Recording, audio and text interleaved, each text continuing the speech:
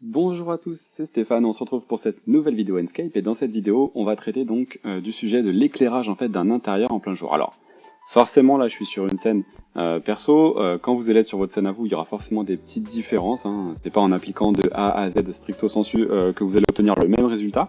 Donc il faut toujours voilà un petit peu expérimenter etc. Mais donc je vais vous donner en fait le principe de base pour éclairer en fait ce type d'image là. En ne passant pas forcément par les paramètres par défaut qu'on a ici donc avec Enscape. Donc là par exemple quand je regarde effectivement, je suis éclairé donc avec les réglages standards.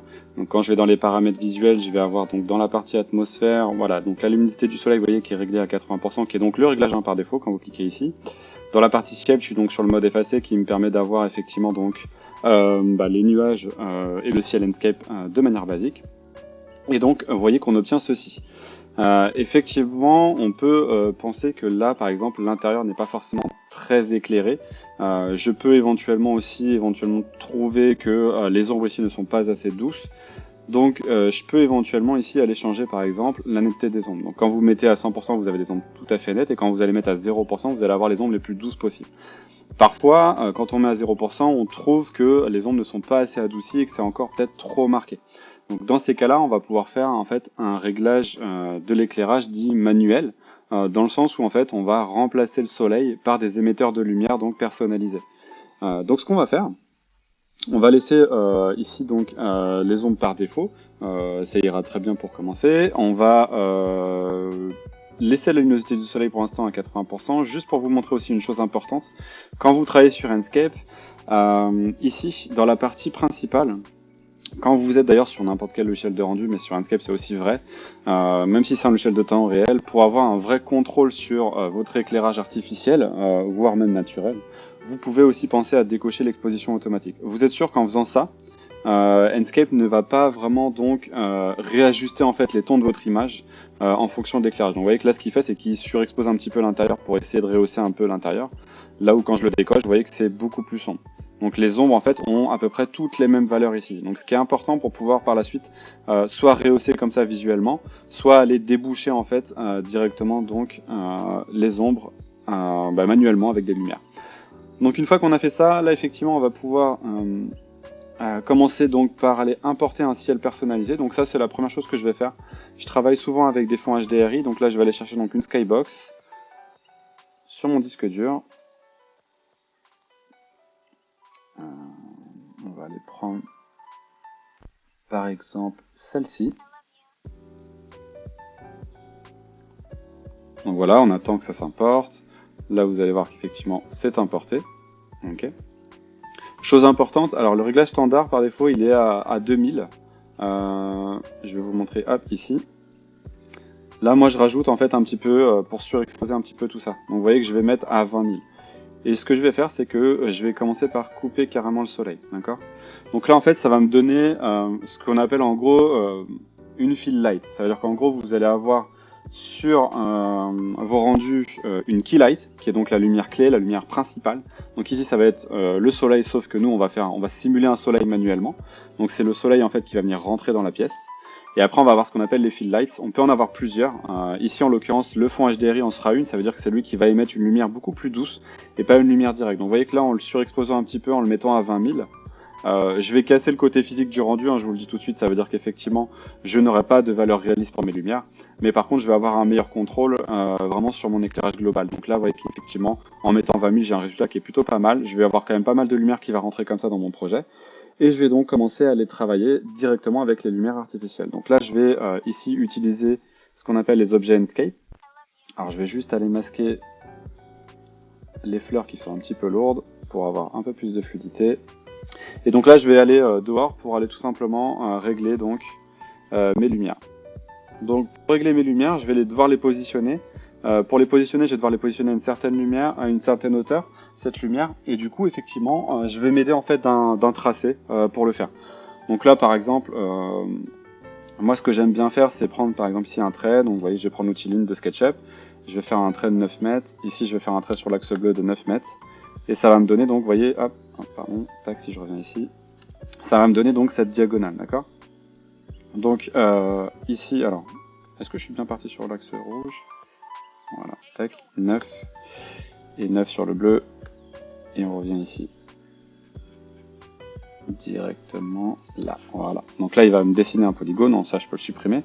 Mais là ça me donne un repère en fait visuel pour orienter en fait tout simplement ici mon pseudo soleil virtuel entre guillemets.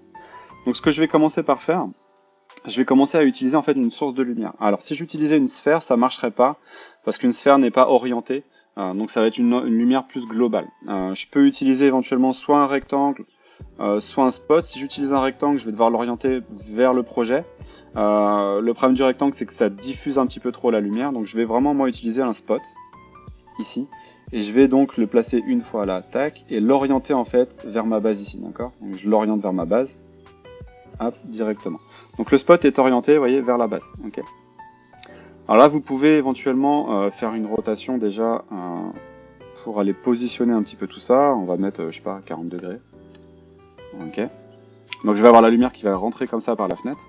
Et si je prends mon spot, je peux éventuellement donc aller forcer donc son éclairage pour éventuellement commencer à avoir quelque chose. Alors vous voyez qu'on commence à distinguer des petites ombres ici, mais c'est assez subtil.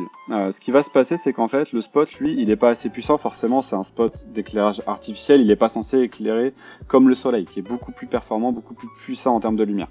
Donc effectivement ici, je vais tout simplement aller le dupliquer. On va le mettre, je sais pas, 30 cm par exemple, peut-être un peu plus. Voilà, 40. Je vais faire la même chose ici sur la droite. Et donc vous voyez qu'on commence déjà à avoir un petit peu plus. Là pareil, je vais remonter tout ça. Donc 1,4 et on va le mettre 2 fois. Et vous voyez la différence, tout de suite là, on a déjà des ombres portées. Alors, ce qui va être intéressant, c'est que vous allez pouvoir en fait grouper tout ça. Hein. Donc, clic droit, créer un groupe, ok. Comme ça, vous pouvez en fait le bouger à volonté, d'accord. Donc si là je veux le bouger, je peux le bouger à n'importe quel moment pour le repositionner. Bon là, en l'occurrence, je trouve que le résultat il est pas trop mal. Vous voyez qu'on a effectivement la lumière qui va rentrer comme ça. Donc on est pas mal placé là, on est pas mal. Ce qu'on peut faire aussi, vous pouvez retourner en intérieur à tout moment. Donc là, vous avez positionné à l'extérieur, si vous trouvez que l'angle il est plutôt bon. Si vous avez besoin d'intervenir, par exemple, sur votre lumière, vous pouvez passer donc par la palette structure ici, et vous tapez par exemple ici Enscape pour aller retrouver donc vos spots. Donc là, je vais le sélectionner un spot, et vous voyez qu'il va rentrer dans le groupe directement. Vous voyez que là, je suis un peu en surbrillance, en transparence en fait, pardon, sur SketchUp, ce qui veut dire que je suis rentré dans un groupe, et je suis rentré dans le groupe des lumières. Donc même si je le vois pas dans la caméra, ça me permet de le retoucher. Vous pouvez ici donc changer aussi très simplement les valeurs d'angle de votre lumière. Donc il va changer ça pour tous les spots. Ça veut dire que dans la palette là, même si j'en ai sélectionné un seul, comme je les ai dupliqués, ce sont des instances tous, donc c'est des copies. Si j'en modifie un, ça modifie les autres, d'accord? Donc j'ai vraiment la même modification pour tous. Si je change tout ça, en fait, vous allez voir un truc, c'est que quand je vais changer l'angle d'un spot, il va changer donc l'angle de tous les spots, et vous voyez ce qu'il va faire, il va me créer en fait des ombres portées qui sont beaucoup plus nettes, d'accord? Donc à moi de trouver le bon réglage ici, pour pouvoir éventuellement donc avoir la bonne valeur. Quand je laisse par défaut à 60, je trouve que j'ai un effet adouci qui est plutôt intéressant. Donc ce que je vais faire, c'est que je vais laisser ça. Ça me paraît plutôt intéressant ici donc d'utiliser cette valeur là. Alors je vais juste aller retourner dans les balises, pour réafficher donc les fleurs, parce qu'elles étaient affichées en SketchUp, je pense que c'est un petit bug, et je vais les réafficher dans Enscape. Voilà. Et donc là effectivement, je vais pouvoir donc continuer à travailler. Donc là on a fait déjà une bonne partie. J'ai effectivement donc ici positionné donc ma key light qui va être donc mon éclairage donc type soleil. Je vais avoir aussi donc ma fill light donc qui est donc l'éclairage secondaire donc qui va provenir donc du fameux ciel HDRI que j'ai importé, je vous rappelle. Et là effectivement on est déjà plutôt pas mal. Donc je vous rappelle, hein, pour contrôler la douceur des ombres, vous contrôlez l'angle en fait de votre spot et pas ici la netteté des ombres dans la partie atmosphère. La netteté des ombres qui est là, elle va contrôler que les ombres en fait du soleil, d'accord. Donc elle n'a aucun intérêt en fait ici pour mon affichage. On va maintenant s'intéresser donc à l'autre partie intérieure. Donc là, vous voyez qu'effectivement ici, je suis peut-être un petit peu trop sombre. Là, derrière ici, le siège, c'est pas choquant. Mais sur le siège, là, éventuellement, j'ai la lumière qui va venir taper sur le rebord ici. C'est assez joli, c'est assez subtil. Et je vais donc ici peut-être quand même aller rehausser un petit peu cette partie-là pour avoir un éclairage un petit peu plus adouci. Donc ce qu'on va faire, c'est qu'on va aller donc effectivement créer une autre lumière. Je vais donc ici regarder un petit peu ce que j'ai dans mon projet. Alors vous voyez que c'est forcément un projet qui est un peu vide là parce que c'est pour la démonstration. J'ai ici la simulation d'une ouverture. Je pourrais simuler un petit peu donc l'éclairage qui vient de cette ouverture là. C'est vrai que par défaut, ici j'ai aucun éclairage vraiment proprement parlé à part le HDR et vous voyez qu'il n'est pas assez puissant pour venir un peu éclairer cette partie là. Donc on va aller prendre plusieurs choses. Donc soit on peut prendre pareil un rectangle et on va placer ici un petit rectangle dans l'espace qu'on va utiliser pour projeter de la lumière. Soit pour la lumière adoucie, on peut utiliser aussi donc l'outil ligne qui est assez pratique. Donc c'est une petite ligne, vous voyez, tout simplement. Je vais effectivement ici donc la changer, donc je vais la mettre plus haute. Et on va la placer, par exemple, par là. Alors, on va la rehausser un peu. Ok, donc vous voyez, je la mets un petit peu dans la direction de la lumière, comme ça. Je vais ensuite aller dupliquer ça. Donc je vais le faire, par exemple, 5 fois. Ok. Donc là, pareil, je peux prendre tout ça, clic droit, créer un groupe. Pardon, pas créer un composant, créer un groupe. Et je vais pouvoir donc, par exemple, aller le tourner un petit peu pour orienter un peu tout ça. On va commencer donc, pareil, à utiliser ici la structure. Donc là, j'ai mes fameuses lumières donc linéaires, d'accord. Et je vais pouvoir, pareil, rehausser un petit peu l'éclairage jusqu'à ce que ça me paraisse cohérent visuellement. Alors, vous voyez que là, j'ai peut-être trouvé déjà un bon réglage vers 40 000. Vous voyez que là, en mettant par exemple vers 40 000, j'ai effectivement directement ici une ombre qui est un peu moins marquée sur le devant. Alors peut-être que je voudrais avoir peut-être un petit peu plus de reflets, je peux peut-être éventuellement le bouger un peu plus par là, le rapprocher un peu aussi. Donc pas hésiter à le repositionner, hein. Le but c'est vraiment d'avoir effectivement, peut-être plus par là d'ailleurs. Voilà, je vais avoir un petit peu la lumière qui va venir taper sur le rebord, c'est plutôt pas mal. On est pas mal. Et on va reprendre la structure, donc on va re-rentrer et on va regarder peut-être si on augmente un petit peu. Ah, on est pas mal là, on est bien. Peut-être pas trop, peut-être en mettant à 50 000 on va être bien. Alors vous voyez que c'est vraiment un travail visuel qu'on réalise. Et donc là, eh ben, ma foi, on a déjà un truc qui est assez satisfaisant. Vous voyez que visuellement, j'ai déjà quelque chose qui est pas mal. Donc j'ai une keylight qui est positionnée, qui va donc simuler vraiment cet éclairage vraiment un peu adouci qui va rentrer dans l'espace. Je vais avoir bien sûr une atténuation qui va être causée par ici, donc les rideaux qui vont atténuer un petit peu la lumière qui va rentrer, donc on est plutôt pas mal. Ici j'ai débouché un petit peu, vous voyez ici cette zone là qui était un petit peu trop marquée en termes d'ombre. Donc là j'ai mis donc une deuxième fill light en plus du fond HDRI qui va me permettre d'envoyer de la lumière en fait de la droite ici vers la gauche, donc pour pouvoir effectivement rehausser un petit peu cet éclairage là, cette partie là. Une fois que j'ai fait ça, maintenant je vais pouvoir ajouter en fait mes lumières additionnelles. Donc les lumières additionnelles, c'est ce que j'appelle moi donc les lumières secondaires. Les lumières secondaires, ça va être tout simplement en fait en gros les lumières que vous avez dans le projet que vous devez utiliser. Par exemple, ici je vais avoir effectivement donc la partie de la lampe. Donc si je vais déjà regarder un petit peu, alors, on va peut-être se rapprocher un peu d'ailleurs.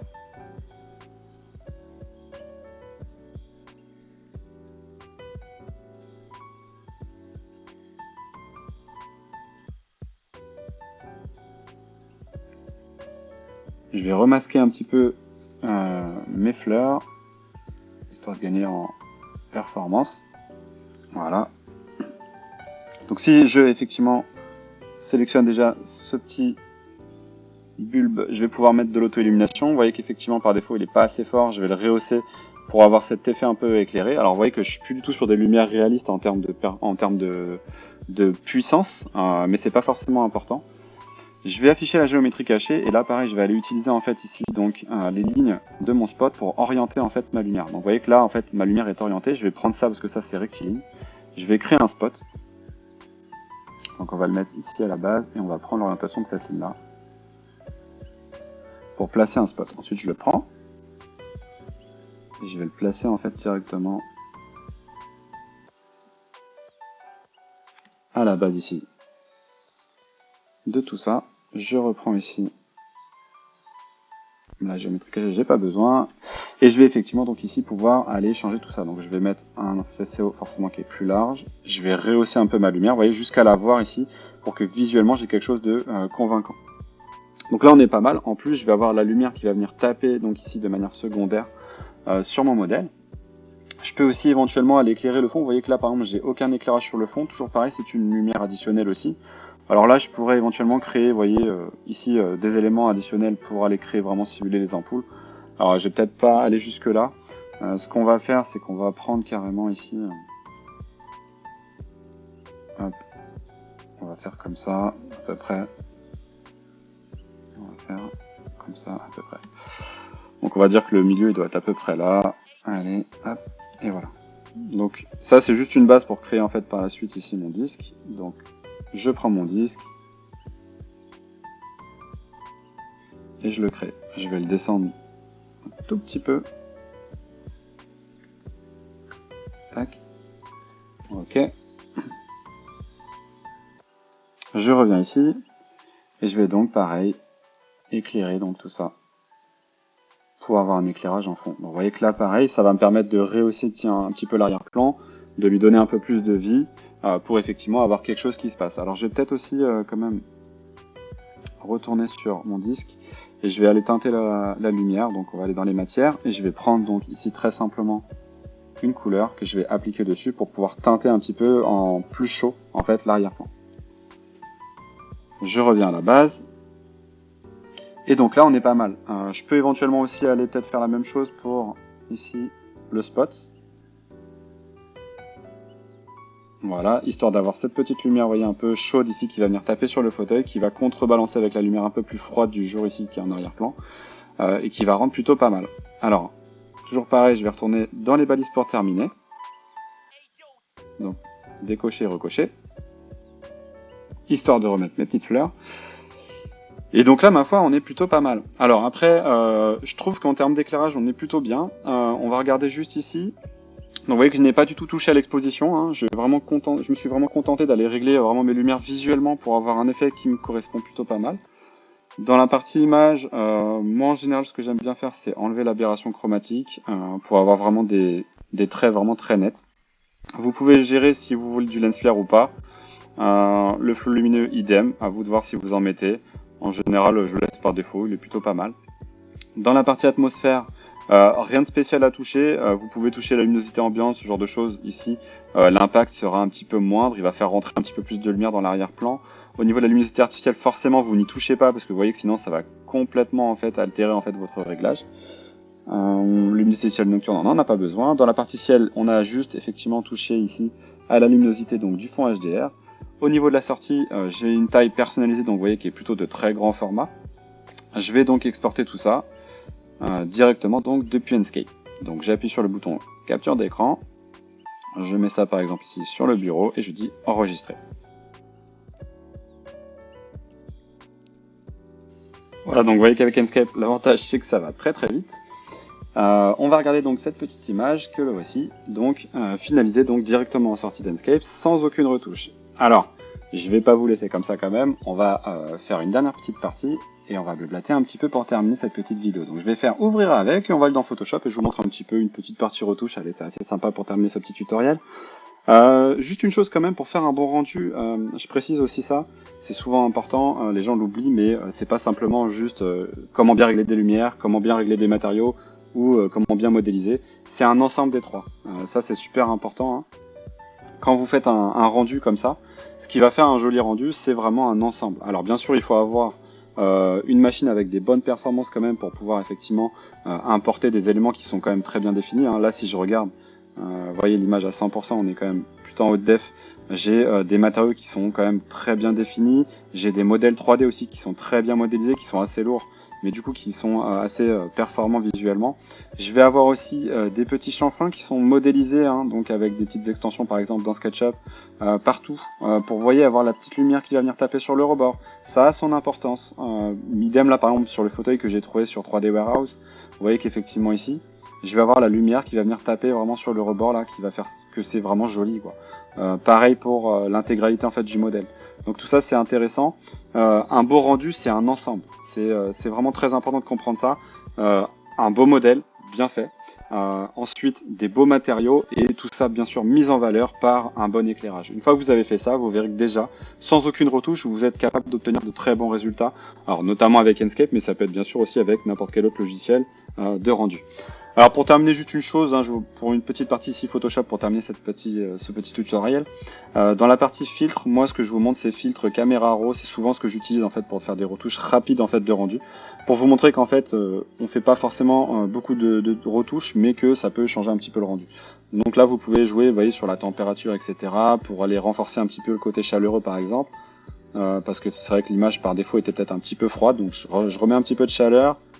Je vais remettre légèrement du magenta aussi pour enlever cette petite teinte verdâtre que j'avais. L'exposition, vous la contrôlez assez facilement. Alors, pas forcément besoin d'y toucher beaucoup, peut-être rajouter un tout petit peu de contraste.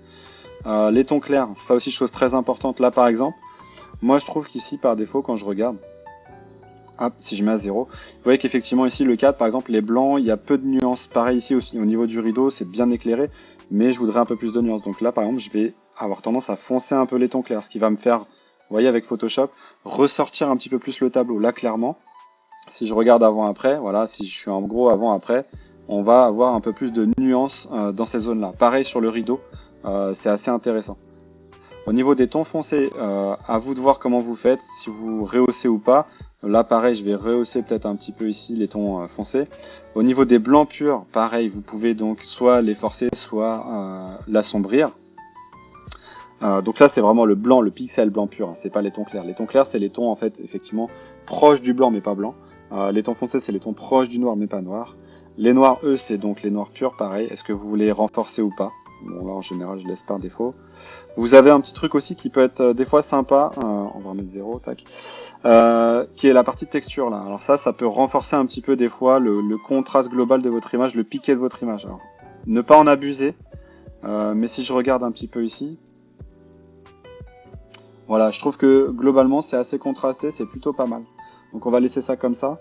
La clarté, pareil, vous pouvez éventuellement, donc vous voyez, renforcer un petit peu le contraste de votre image. Faut pas en abuser aussi. Et la correction du voile, pareil. Si vous touchez à trop, vous voyez que ça va complètement reboucher en fait les ombres que vous aviez débouchées. Donc ne pas trop toucher à ça, éventuellement si vous savez pas trop l'utiliser.